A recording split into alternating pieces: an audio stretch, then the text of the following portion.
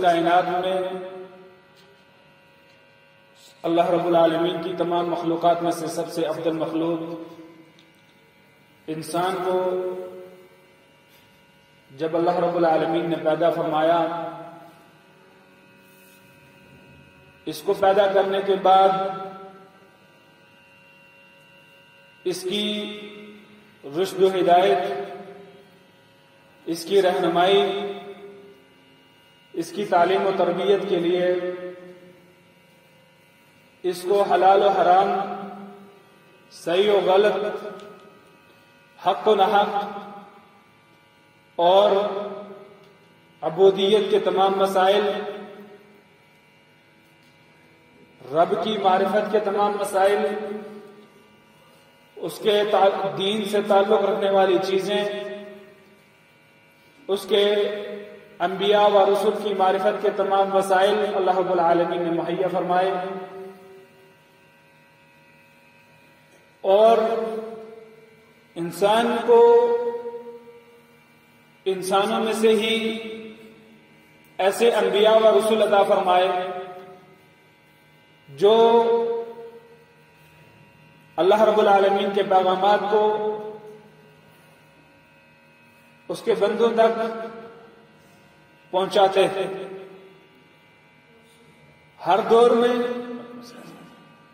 اللہ رب العالمین نے ہر امت کے اندر اپنی مقدس جماعت انبیاء و رسل کو بھیجا، جن کا کام لوگوں کو شرک و کفر کی غلاظتوں سے نکالنا، رب کی توحید سکھانا، رب کی معرفت، رب کی پہچان کروانا اور رب سے محبت کے وہ تمام وسائل، وہ تمام چیزیں سکھانا جن سے بندہ اپنے رب کا محبوب بن سکتا ہے اور رب اس کا محبوب بن سکتا ہے۔ چنانچہ یہ آخری امت، خیر امت، اس امت کے اندر اپنے آخری نبی جناب محمد رسول اللہ صلی اللہ تعالی علیہ وسلم کو مبعوث فرمایا، اور نبی آخر الزمان صلی اللہ تعالی علیہ وسلم پر اپنی آخری کتاب قرآن حکیم کو نازل فرمایا، اور قرآن حکیم کے اندر اس انسان کو قیامت کی صبح تک ضرورت پڑنے والی تمام چیزیں بیان فرما دی، تمام مسائل کو بیان فرما دیا، اور اس دین کو مکمل قرار دیا یہ فرما کر الیوم اکملت لکم دینکم واتممت علیکم نعمتی ورضیت لکم الاسلام دینا، کہ آج کے دن میں نے تمہارے لیے تمہارے دین کو مکمل کر دیا اور تمہارے لیے دین اسلام سے میں راضی ہو گیا۔ انسان کی تخلیق کا، پیدائش کا ایک مقصد ہے، اس مقصد کے تحت اس انسان کو کائنات میں، اس زمین پر، اس دنیا پر موجود وجود بخشا گیا ہے، لایا گیا، پیدا کیا گیا، اور مقصد بھی اللہ رب العالمین نے قرآن حکیم کے اندر خود ہی بیان فرما دیا، وَمَا خَلَقْتُ الْجِنَّ وَالْإِنسَ إِلَّا لِيَعْبُدُونَ۔ جن و انس کو پیدا کرنے کا جو مقصد ہے وہ کیا ہے؟ وہ ہے اللہ رب العالمین کی، اللہ رب وحدہ لا شریک کی عبودیت، اس کی بندگی، اس کی عبادت۔ بندہ اللہ رب العالمین نے پیدا کیا، بندہ بھی اس کا اپنی عبادت کے لیے پیدا کیا۔ اللہ رب العالمین بندے سے کبھی کسی قیمت پہ اس بات پہ راضی نہیں ہوگا کہ بندہ اس کو چھوڑ کر کسی اور کی پوجا کرے، کسی اور کی عبادت کرے، کسی اور کو بلائے، پکارے، اس کے سامنے سجدہ کرے یا کسی اور کی بندگی کرے۔ جب بندہ اللہ رب العالمین کا ہے تو عبادت بھی اسی کی کرنی ہے، یہی اسے اللہ رب العالمین چاہتے ہیں، اسی لیے اللہ رب العالمین نے انبیاء و رسول کو بھیجا، اسی لیے اللہ رب العالمین نے قرآن حکیم کے اندر یہ بیان فرما کے فیصلہ کر دیا وما خلقت الجن والانس الا لیعبدون، جن و انس کو پیدا کرنے کا مقصد صرف اللہ رب العالمین کی بندگی ہے۔ حضرات گرامی قدر، ہم اگر آج کے اپنے معاشرے پہ نظر دوڑاتے ہیں اور پھر اس کے بعد نبی آخر الزمان صلی اللہ تعالی علیہ وسلم کا وہ معاشرہ جس معاشرے کے اندر اللہ کے نبی صلی اللہ علیہ وسلم کو مبعوث کیا گیا، اس معاشرے کا حال دیکھتے ہیں تو کئی ساری چیزیں ہمیں اس معاشرے کی آج ہمارے مسلم معاشرے کے اندر یکساں پائی جائیں گی، ملیں گی۔ وہ معاشرہ مسلمان نہیں تھا، رب کی الوہیت کا اقرار نہیں کرتا تھا، اللہ رب العالمین کی توحید الوہیت کے اندر وہ شرک کیا کرتے تھے، نبی مکرم صلی اللہ تعالی علیہ وسلم کی رسالت کو نہیں مانتے تھے، اس لیے انہوں نے لات و منات و عزا جیسے معبود بنا رکھے تھے۔ بیت اللہ شریف کے اندر 360 بت ان کی پوجا کیا کرتے تھے، انبیاء و رسول کی مورتیاں بنا کے رکھی ہوئی تھی، اور ہر ایک گروہ نے الگ الگ ڈپارٹمنٹ دے رکھے تھے، کوئی اولادیں دینے والا تھا، کوئی مشکلیں دور کرنے والا تھا، کوئی سمندروں میں جب کشتیاں بھور میں پھنس جاتی ان سے نکالنے والا تھا، لیکن جب بھور میں پھنستے بھی تھے تب اللہ کو خالص کر کے پکارتے تھے مشرکین مکہ۔ ان کا یہ عقیدہ تھا، یہ جانتے تھے کہ آج اگر ہم مشکل میں پھنسے ہیں تو صرف اللہ ہی ہے جو نجات دے سکتا ہے، دوسرا کوئی نہیں نجات دے سکتا۔ اور اللہ رب العالمین نے قرآن حکیم کے اندر بیان فرمایا کہ جب وہ کشتیوں میں سمندروں میں پھنس جاتے ہیں دعوا اللہ مخلصین لہ الدین، تو ایک اللہ کو خالص کر کے وہ بلاتے ہیں، اور پھر جب اللہ رب العالمین ان کو خشکیوں کی طرف نجات دے دیتا ہے تو فَإِذَا هُمْ يُشْرِكُونَ، تو وہ اللہ رب العالمین کے ساتھ پھر سے شرک کرنے لگتے ہیں۔ یہ معاشرہ اس کے اندر اللہ کے نبی صلی اللہ علیہ وسلم کو مبعوث کیا گیا اس لیے تاکہ اس شرک و کفر کی غلاظت سے نکال کر توحید کی طرف لایا جائے۔ لیکن آج کا ہمارا مسلم معاشرہ، یہ کلمہ گو مسلمان، لا الہ الا اللہ محمد رسول اللہ پڑھنے والا مسلمان، کلمہ لا الہ الا اللہ کے تقاضوں کو نہیں جانتا، اس کے تقاضے پورے نہیں کرتا، زبان سے لا الہ الا اللہ تو کہتا ہے لیکن ساتھ ہی ساتھ وہ تمام قسم کی شرکیات کرتا ہے، تمام قسم کی شرکی اعمال کرتا ہے جن سے قرآن منع کرتا ہے، جس سے نبی اکرم صلی اللہ تعالی علیہ وسلم منع کرتے ہیں، جو توحید کے منافی ہے، جو اس کو مشرک بناتا ہے۔ اللہ رب العالمین اکیلا عبادت کے لائق ہے، وہ توحید الوہیت میں اکیلا ہے، وہ توحید ربوبیت میں اکیلا ہے، وہ توحید اسماء و صفات میں اکیلا ہے۔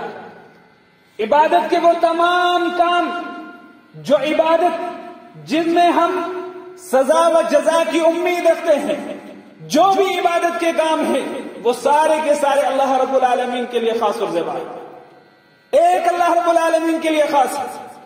ان میں سے کوئی ایک کام بھی غیر اللہ کی طرف صرف کر دینا وہ شرک ہے، اور شرک اللہ رب العالمین کو کبھی کسی قیمت پہ گوارا نہیں ہے۔ فرمایا ان الشرک لظلم عظیم، شرک سب سے بڑا ظلم ہے، سب سے بڑا ظلم ہے اگر تو وہ شرک ہے، سب سے بڑا گناہ۔ فرمایا اللہ رب العالمین نے قرآن حکیم کے اندر ارشاد فرمایا کہ جو شخص اللہ رب العالمین کے ساتھ کسی اور کو شریک ٹھہراتا ہے تو اللہ نے اس کے لیے جنت کو حرام کر دیا ہے۔ انہ من یشرک باللہ فقد حرم اللہ علیہ الجنہ، جو اللہ رب العالمین کے ساتھ کسی قسم کی بھی شرک کرتا ہے تو اللہ رب العالمین نے اس کے لیے جنت کو حرام کر دیا ہے، اس کے لیے جہنم ہے، جنت اس کے لیے حرام قرار دے دی گئی۔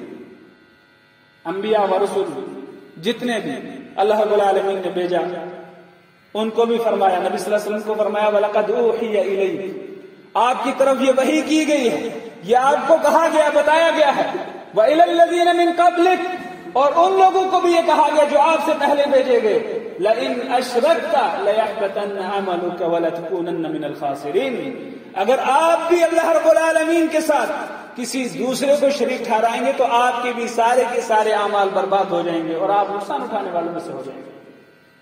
یہ کس کو حکم ہے؟ نبی اکرم صلی اللہ تعالی علیہ وسلم کو، کہ اگر آپ بھی اللہ رب العالمین کو چھوڑ کر کسی اور کو اپنا مشکل کشا سمجھیں گے، حاجت روا سمجھیں گے، کسی بھی قسم کی کوئی بھی شرک کریں گے، تو یاد رکھیے کہ آپ کے سارے اعمال ختم ہو جائیں گے، برباد ہو جائیں گے اور آپ نقصان اٹھانے والوں میں سے ہو جائیں گے۔ یہ آسان مسئلہ نہیں ہے، ہم لوگ سمجھتے نہیں۔ ہم نے توحید اپنی مرضی کی بنا رکھی ہے، شرکی اعمال بھی اپنے مرضی کے بنا رکھے ہیں۔ جو اللہ رب العالمین نے قرآن حکیم کے اندر بیان فرمائے وہ نہیں، جو نبی اکرم صلی اللہ تعالی علیہ وسلم نے احادیث مبارکہ کے اندر بیان فرمائے وہ نہیں، جبکہ رب کبریا نے قرآن حکیم کے اندر بارہا فرمایا وَقَضَىٰ رَبُّكَ أَلَّا تَعْبُدُوا إِلَّا إِيَّاهُ، کہ آپ کے رب نے یہ فیصلہ کر دیا ہے کہ اس کے ساتھ کسی اور کو شریک نہ ٹھہرایا جائے، وہ اکیلا تنہا عبادت کے لائق، تمام قسم کی عبادت جس میں نماز، روزہ، زکوٰۃ، حج اور اس کے بعد قربانیاں، انسان جو قربانی کرتا ہے، انسان کی نظر و نیاز، انسان کی دعائیں، جتنی قسم کی عبادات ہیں یہ سارے اللہ رب العالمین کے لیے خاص ہیں۔ اسی لیے اللہ رب العالمین نے فرمایا قل، کہہ دیجیے ان صلاتی و نسکی و محیای و مماتی للہ رب العالمین، کہ کہہ دیجیے میری نمازیں، میرے روزے، میرے زکوٰۃ صدقات، میری قربانیاں، میری زندگی، قل ان صلاتی، کہہ دیجیے میری نمازیں، و نسکی، میری قربانیاں، میری زندگی، میرا مرنا صرف اللہ رب العالمین کے لیے خاص ہے۔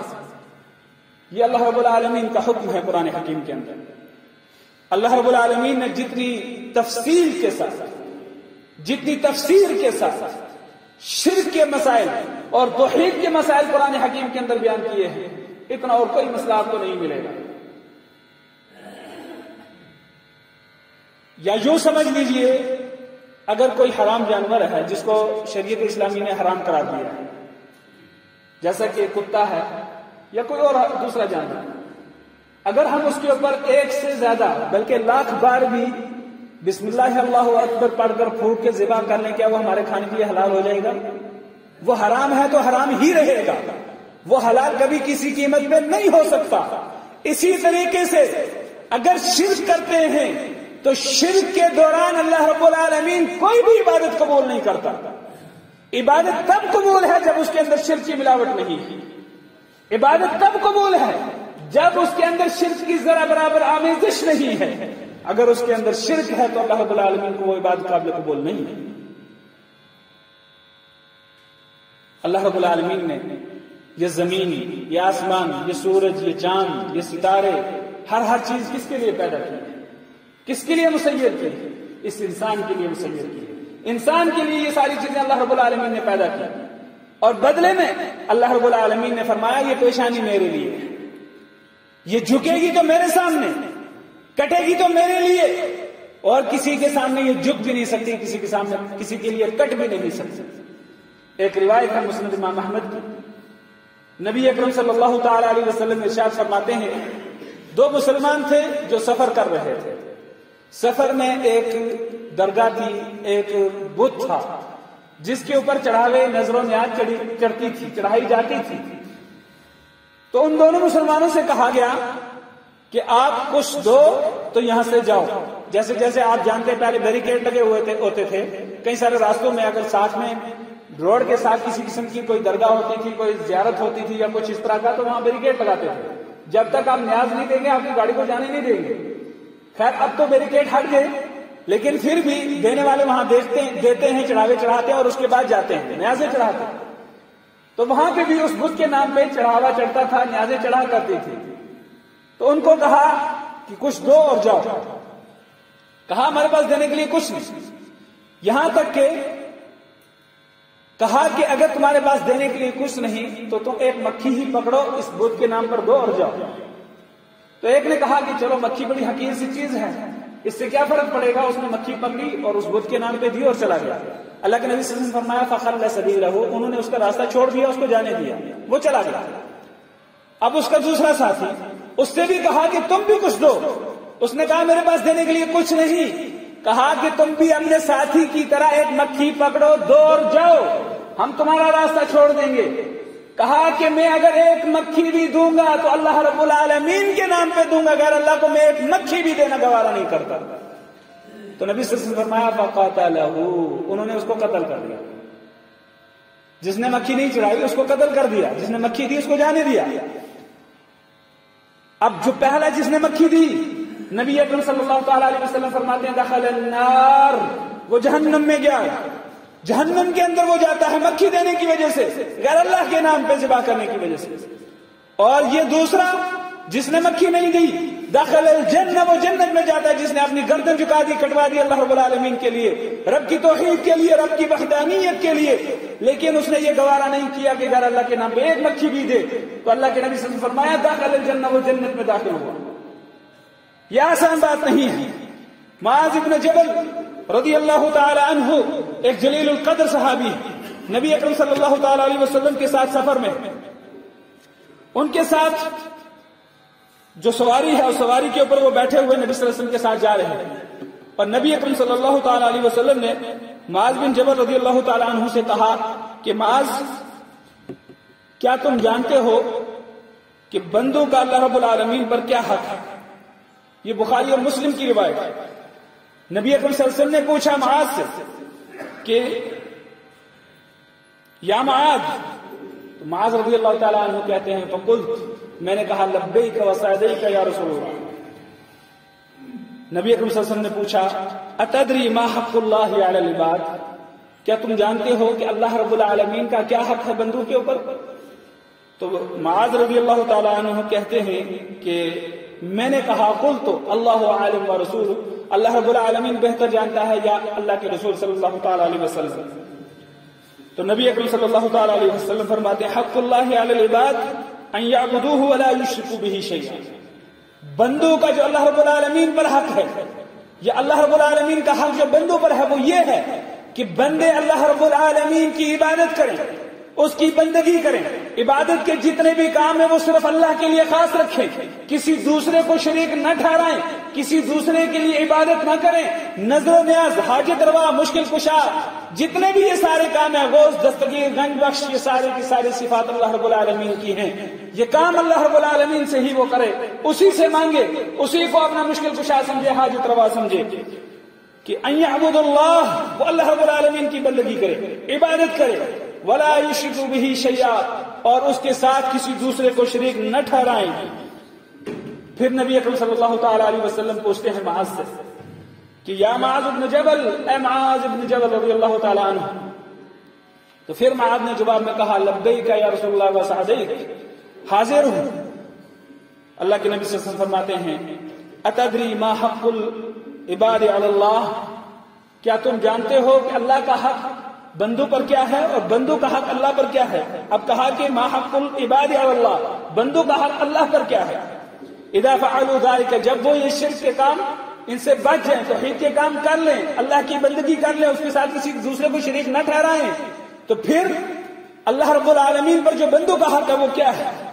تو نبی اکرم صلی اللہ تعالی علیہ وسلم کو معاذ جواب دیتے ہیں، کہتے ہیں کہ اللہ عالم و رسول، اللہ رب العالمین بہتر جانتے ہیں یا رسول اکرم صلی اللہ علیہ وسلم. تو نبی اکرم صلی اللہ علیہ وسلم نے فرمایا حقهم علیہ الا یعذبهم، جب وہ یہ کام کر لیں تو بندوں کا یہ حق ہے اللہ رب العالمین کے پر کہ وہ ان کو عذاب نہ دے، ان کو عذاب نہ دے، ان کی مغفرت کر دے.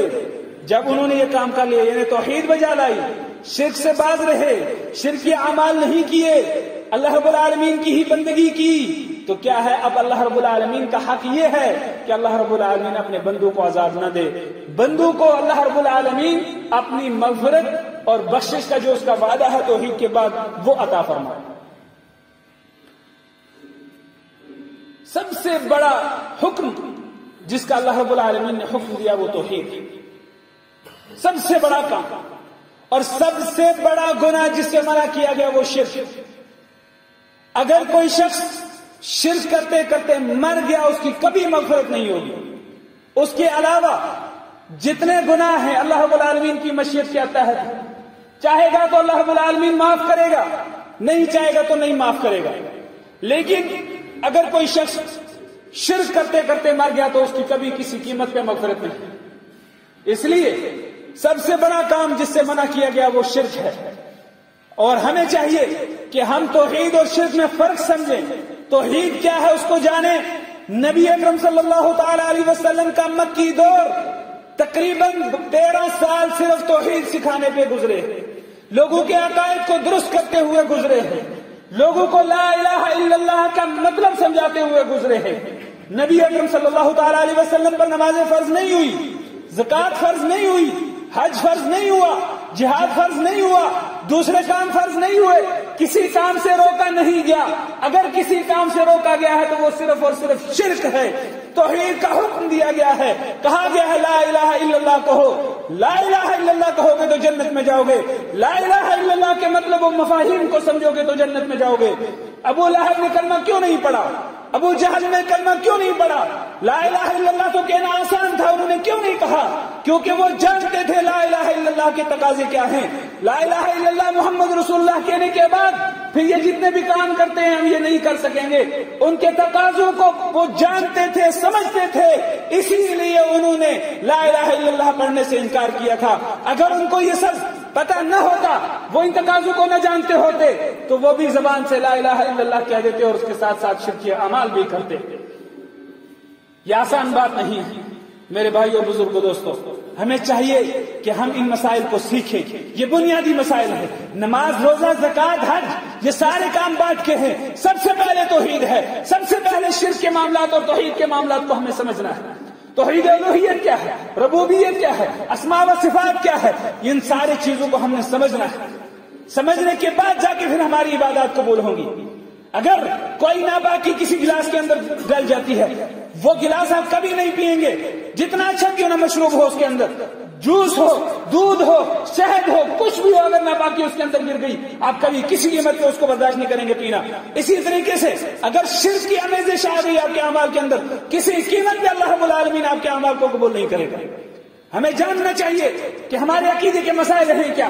آج ہم نے عقیدے کو بلا دیا ہے, ہم نے عقیدے کو بلا دیا, عقد اعمال کو بلا دیا, اور ہم توحید اور شرک میں فرق نہیں سمجھتے. اور جو لوگ توحید کی بات کرتے ہیں ہم ان کا مذاق اڑاتے ہیں, کہتے ہیں کہ یہ صرف شرک توحید کرتے رہتے ہیں, یہ توحید ہے, یہ شرک ہے. اپنی مرضی کی توحید اور شرک بنا رکھی ہے اور اس کی تعریفیں بھی اپنی مرضی کی کر رکھی. میں نے حدیث کو مسنونہ کے اندر پڑھی تھی. اللہ کے نبی صلی اللہ علیہ وسلم نے ارشاد فرمایا, الا انبئکم باکبر الکبائر, اے صحابہ کیا تم کو میں سب سے بڑے بڑے جو گناہ ہیں وہ نہ بتاؤں؟ وہ گناہ جو کبھی کسی قیمت میں معاف نہیں ہوں گے جب تک توبہ نہیں کریں گے, جب تک کہ اس سے آپ سچے دل سے توبہ استغفار کر کے رب کی بارگاہ میں نہیں آؤ گے تب تک وہ قابل کو اللہ رب العالمین ان کو معاف نہیں کرے گا. صحابہ نے کہا قلنا بلا یا رسول اللہ, اللہ کے نبی وہ اعمال ہمیں بتائیے, وہ کون سے اعمال ہیں, بڑے بڑے گناہ کے جو اعمال ہیں وہ بتائیے. تو سب سے پہلا جو کام اللہ کے نبی صلی اللہ علیہ وسلم نے بتایا, سب سے بڑا جو گناہ کا کام بتایا, وہ فرمایا الاشراک باللہ, اللہ رب العالمین کے ساتھ کسی کو شریک ٹھہرانا, یہ سب سے بڑا گناہ ہے. اور پھر فرمایا وعقوق الوالدین, والدین کی نافرمانی کرنا یہ بھی بڑا گناہ ہے.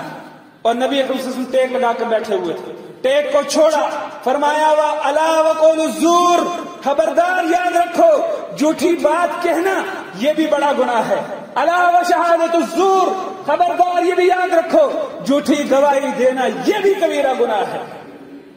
نبی اکرم صلی اللہ علیہ وسلم صحابہ کہتے ہیں وما زال یکررها, لگاتار تکرار کے ساتھ اللہ کے نبی صلی اللہ علیہ وسلم تاکید کیے جا رہے ہیں, بیان کیے جا رہے ہیں کہ الاشراک باللہ, الاشراک باللہ وعقوق الوالدین, نصیحت کیے جا رہے ہیں صحابہ کو, بولے جا رہے ہیں, بتائے جا رہے ہیں, صحابہ سن رہے ہیں. اور یہاں تک کہ صحابہ کہتے ہیں حتی قلنا لیتہ سکت, ہم نے یہاں تک کہ دلوں کے اندر کہا کاش کہ اللہ کے نبی اب خاموش ہو جاتے, کاش کہ اللہ کے نبی اب خاموش ہو جاتے. اس قدر اللہ کے نبی صلی اللہ علیہ وسلم نے تاکید فرمائی, اس قدر تاکید فرمائی.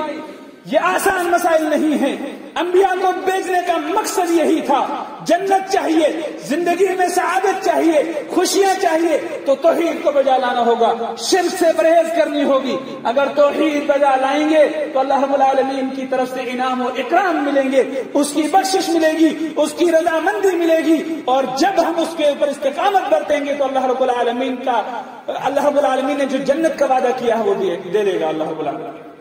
لیکن اگر ہم نے اسی تعلیمات کو بھلا دیا اور جو دین کے تقاضے ہیں، لا الہ الا اللہ کے جو تقاضے ہیں وہ پورے نہ کیے، بلکہ ادھر سے نمازیں پڑھی، ایاک نعبد و ایاک نستعین کہا نماز کے اندر، وعدہ کیا کہ ہم خاص تیری بندگی کریں گے اور خاص تجھ ہی سے مدد مانگیں گے، اور نماز کے بعد جا کے قبر کا طواف بھی کر لیا، قبر کے سامنے سجدہ بھی کر لیا، بزرگوں سے، ولیوں سے، صالحین سے ہم نے مناجات بھی کر لی، ان کو اپنا مشکل کشا بھی بنا لیا، دستگیر بھی بنا لیا، غوث بھی بنا لیا، اور مشکل بگڑیاں بنانے والا، اولاد دینے والا بنا لیا۔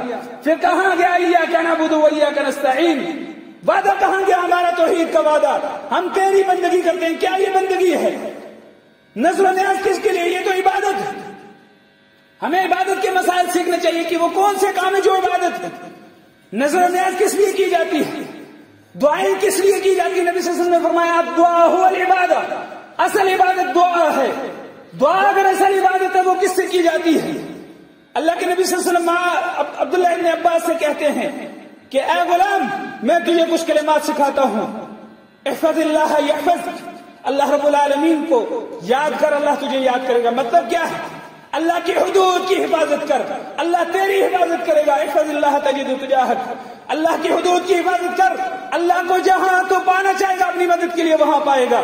اور پھر یہ بھی کہا کہ پوری دنیا جمع ہو کے تجھے فائدہ نہیں دے سکتی، پوری دنیا جمع ہو کے تجھے نقصان نہیں دے سکتی، مگر جو اللہ نے نصیب میں لکھ دیا ہے۔ ہمیں جب تک یہ مسائل سمجھ نہیں آئیں گے، ہم ان کے اندر فرق نہیں کریں گے، تب تک ہم صحیح معنوں میں پکے سچے مسلمان نہیں بن سکتے۔ لا الہ الا اللہ کے تقاضوں کو سیکھنے کی ضرورت ہے، لا الہ الا اللہ کا مطلب و مفاہیم سمجھنے کی ضرورت ہے۔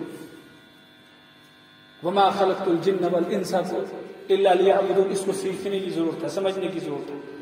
قرآن حکیم کو اللہ رب العالمین نے آسان سے آسان تر کر دیا ہے انسان کے سمجھنے کے لیے، اور اس کے اندر یہ سارے کے سارے مسائل اللہ رب العالمین نے تفصیل کے ساتھ بیان فرما دیے ہیں۔ نبی اکرم صلی اللہ تعالی علیہ وسلم نے اپنے احادیث مبارکہ کے اندر بہترین انداز میں اس کی تشریح فرما دی ہے۔ کوئی بھی چیز چھپی ہوئی نہیں ہے، جب کوئی چیز چھپی ہوتی تو صحابہ آ کے پوچھ لیتے اور اس کو بیان کر دیا جاتا، اور وقت ضرورت میں خاموش رہنا شاعر کا جائز نہیں ہوتا۔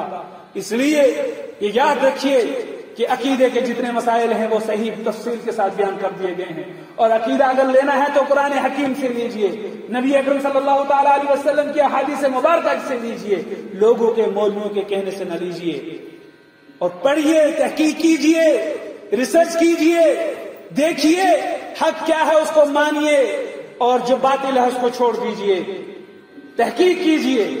آج علم ہمارے سامنے موجود ہے، آپ کے موبائل کے اندر سارا علم موجود ہے، یہاں پہ بیٹھ کے دنیا کے کسی بھی کونے کی لائبریری کے اندر آپ گھس سکتے ہیں، وہاں کتابیں کھول کے آپ پڑھ سکتے ہیں، بڑے بڑے علماء کی ویب سائٹس موجود ہیں، سوال کر کے ان سے آپ جواب لے سکتے ہیں، ہر طرح کے مسائل جو بھی آپ پوچھنا چاہیں پوچھ سکتے ہیں۔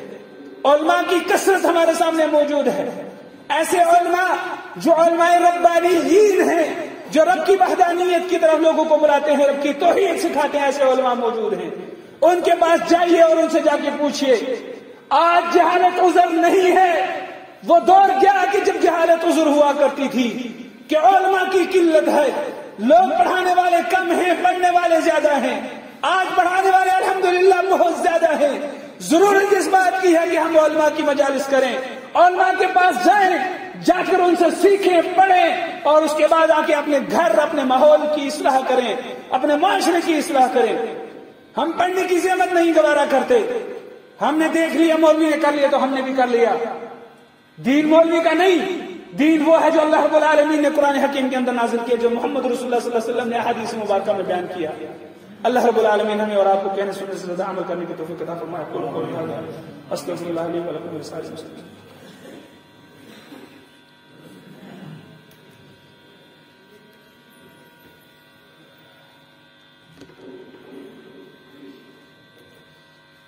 إن الحمد لله نحمده ونستعينه ونستغفره ونتوب إليه ونعوذ بالله من شرور أنفسنا ومن سيئات أعمالنا من يهده الله فلا مضل له ومن يضلل فلا هادي له ونشهد أن لا إله إلا الله وحده لا شريك له ونشهد أن محمدا عبده ورسوله أرسله بالحق بشيرا ونذيرا وداعيا إلى الله بإذنه وسراجا منيرا من يطع الله ورسوله فقد رشد ومن يعص الله ورسوله فإنه لا يضر إلا نفسه أما بعد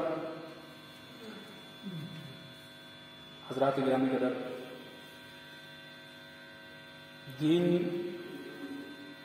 دین اسلام کی جو بنیادی 5 ارکان ہیں ان میں سب سے پہلا کلمہ توحید ہے. جہاں بھی جب بھی آپ پڑھیں گے تو سب سے پہلے جو چیز آپ کو ملے گی وہ توحید ملے گی اور اس کے ساتھ میں اس کی منافی جو وہ اس کی جو ضد ہے وہ شرک وہ اس کے بارے میں آپ کو حکم ملے گا. اس کے بعد جا کر دوسرے مسائل آتے ہیں اس کی دوسری چیزوں کی تعلیم و تربیت آتی ہے. اس لیے ہماری اور آپ کی ذمہ داری ہے کہ جب ہم شروع کریں دین کو سیکھنا تو سب سے پہلے توحید سے شروع کریں. توحید و شرک اس کے بارے میں پوری تفصیل جس سے ہم اپنے عقائد اپنے ایمان کی اصلاح کر سکتے ہیں